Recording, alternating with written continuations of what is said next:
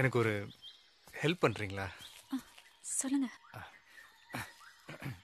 இப்போ நீங்க தான் அவ. ஐயோ இல்லை இல்லை, நீங்கள் சும்மா அப்படி நினச்சிக்கங்க. நான் அவகிட்ட போய் பேச போகிறத நான் ஒரு வாட்டி உங்ககிட்ட சொல்லி சும்மா ப்ராக்டிஸ் பண்ணிக்கிறேன். Okay okay. பூமி,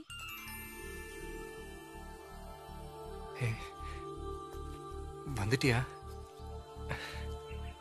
என்னால் நம்பவே முடியல. இவ்வளோ நாள் என் முன்னாடி வராம ஏன் இப்படி பண்ண? ஏ நீ நீ உண்மையிலே என்ன காதலிக்கிறியா இல்ல சும்மா விளையாடுறியா?